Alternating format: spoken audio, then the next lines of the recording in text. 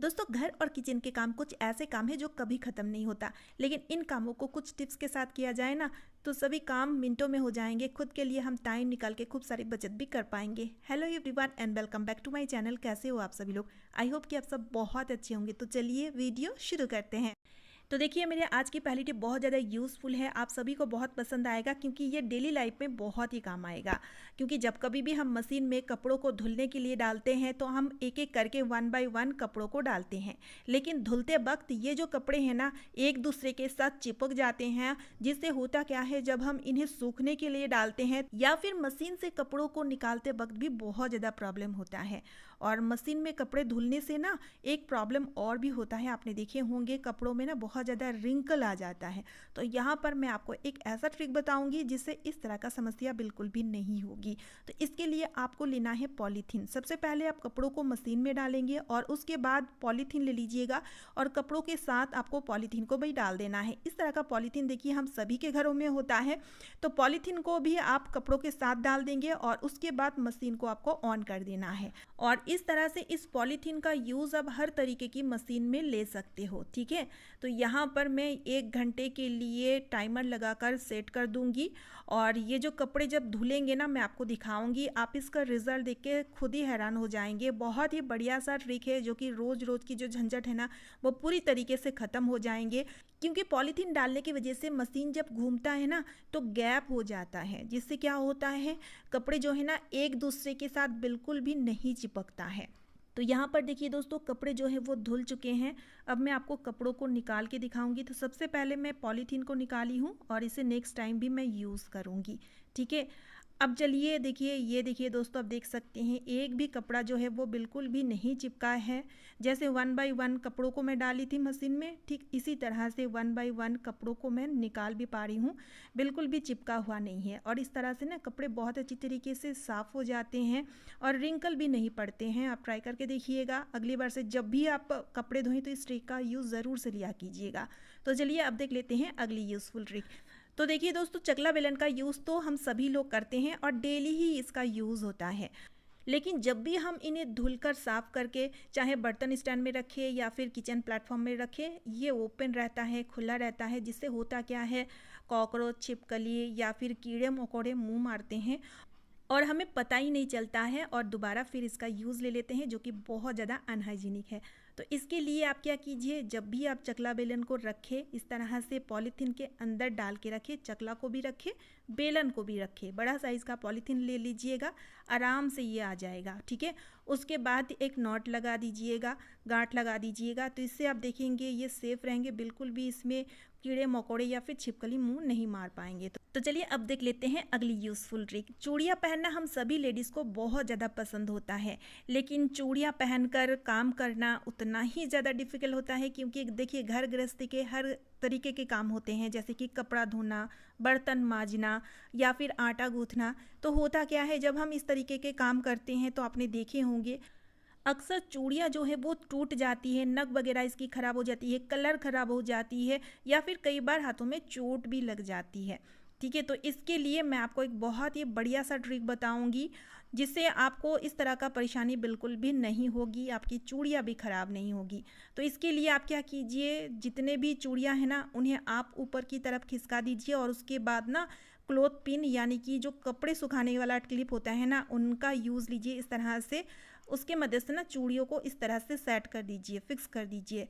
इससे क्या होगा, अब ये चूड़ियाँ जो है ना नीचे की तरफ बिल्कुल भी खिसकेंगे नहीं। चाहे आप कितना भी कपड़ा धो लिए, बर्तन मांज ले या अदर काम करेंगे तो बिल्कुल भी आपकी चूड़ियाँ ख़राब भी नहीं होंगे, टूटेंगी भी नहीं। तो चलिए अब देख लेते हैं अगली यूज़फुल ट्रिक। यहाँ पर हमने लिए हैं एक तड़का पैन, चाहे तो आप कोई तवा या फिर कढ़ाई भी ले सकते हैं।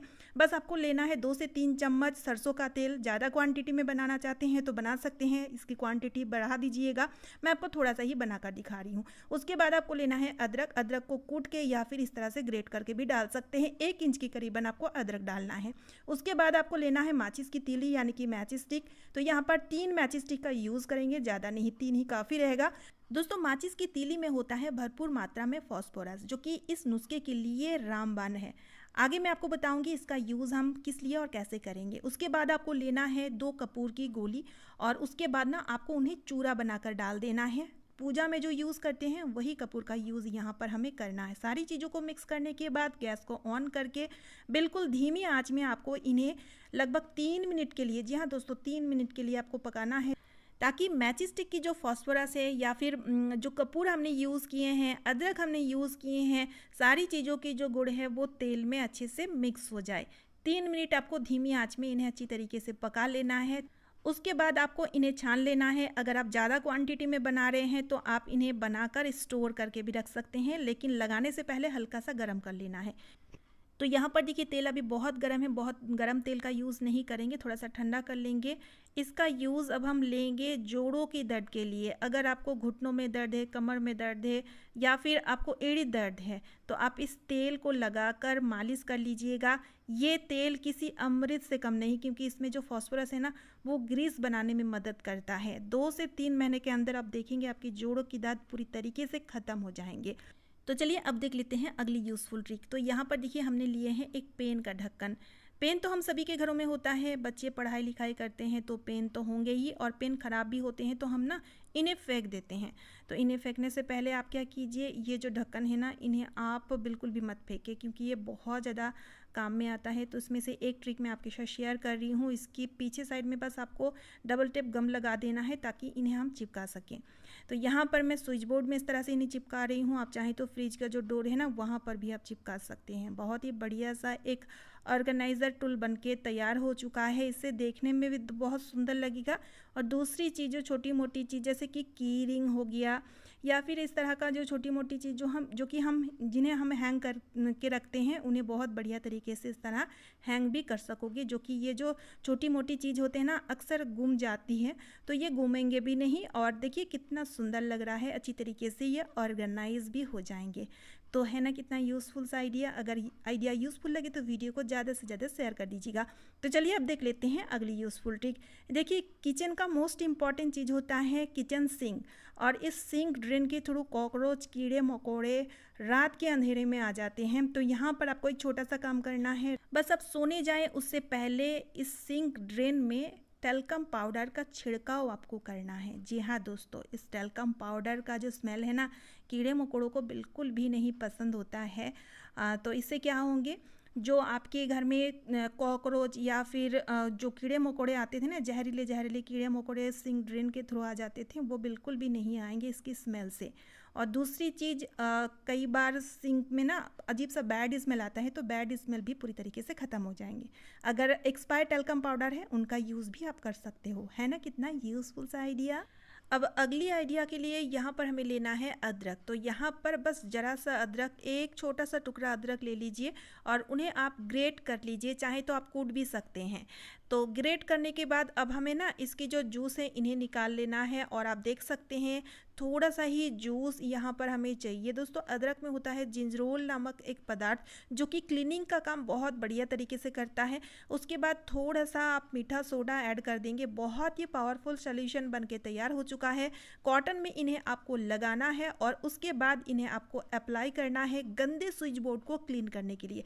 जी हाँ दोस्तों, हमारे घर में जो स्विच बोर्ड होते हैं कई लोग इन्हें डरते हैं साफ़ करने में, और दिन पर दिन ये गंदे होते जाते हैं। जैसे कि यहाँ पर आप देख सकते हैं। तो आप अगर इस सॉल्यूशन का यूज़ लेकर स्विच बोर्ड क्लीन करेंगे ना, तो आप देखेंगे एकदम से कुछ ही मिनटों में आपके जो स्विच बोर्ड है वो चकाचक साफ़ हो जाएंगे। आपको डरने की भी ज़रूरत नहीं पड़ेगी, और साथ ही साथ आपकी स्विच बोर्ड में जितने भी गंदगी या दाग धब्बे लगे हुए होंगे वो सारे के सारे रिमूव हो जाएंगे। क्योंकि ये जो सॉल्यूशन है ना बहुत ज़्यादा पावरफुल है। क्योंकि दोस्तों बेकिंग सोडा और अदरक दोनों ही बहुत बढ़िया सा पावरफुल सा क्लीनिंग एजेंट है, जो कि दोस्तों आप देख सकते हैं स्विच बोर्ड में जो गंदगी था, जो दाग धब्बे थे, वो सारे के सारे रिमूव हो चुका है। और इस सॉल्यूशन का यूज़ लेकर अगर स्विच बोर्ड क्लीन करेंगे ना, तो कोई भी डर या खतरा नहीं बना रहेगा, और कभी भी आप इसे क्लीन कर सकोगे। इससे आपके घर के सारे स्विच बोर्ड क्लीन रहेंगे। तो चलिए आज का वीडियो मैं यही पे एंड करती हूँ। अगर आपको वीडियो ज़रा सी यूज़फुल लगे तो वीडियो को ज़्यादा से ज़्यादा शेयर कर दीजिएगा।